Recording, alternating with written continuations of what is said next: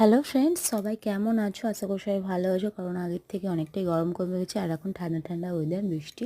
আর দেখো এখানে আমরা সকালের জলখাবারটা করেছি। আজকে আমি করেছিলাম ভাত, ডিম ভাজা আর একটা লোটে মাছের তরকারি। তারপরে চলে এসেছিলো সমুদ্র থেকে মাছ। আমাদের ঘরে মাছের ব্যবসা আছে, কাঁচা মাছের ব্যবসা। আর এই মাছগুলো এসছে দেখো সমুদ্র থেকে। এগুলো পয়সা দিয়ে কিনতে হয় না, আমাদের ঘরে এমনিতেই মানে ব্যবসা আছে যেহেতু, ওগুলো খাওয়ার জন্য নিয়ে আসে। আর কাঁকড়াও ছিল, দেখতেই পেলে তোমরা কী কাঁকড়া ওগুলো। আর দেখো এখানে আমি রান্না করছিলাম কাঁকড়ার টক আর লোটে মাছের পুঁইডাঁটা আলু দিয়ে শুকনো শুকনো চচ্চড়ি, আর ছিল বড় মাছের পোনা মাছের ঝোল।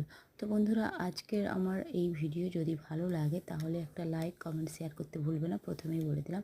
আর কাঁকড়া খেতে কে কে ভালোবাসো আর সমুদ্রের মাছ কে কে খেতে ভালোবাসো প্লিজ কমেন্টসে বলবে। আর আমার রান্নাটা যদি ভালো লাগে, আবারও বলছি আমার চ্যানেলটা অনেক ছোট, এখনও সাপোর্ট যারা যারা করেনি প্লিজ সাপোর্ট করে দিবে।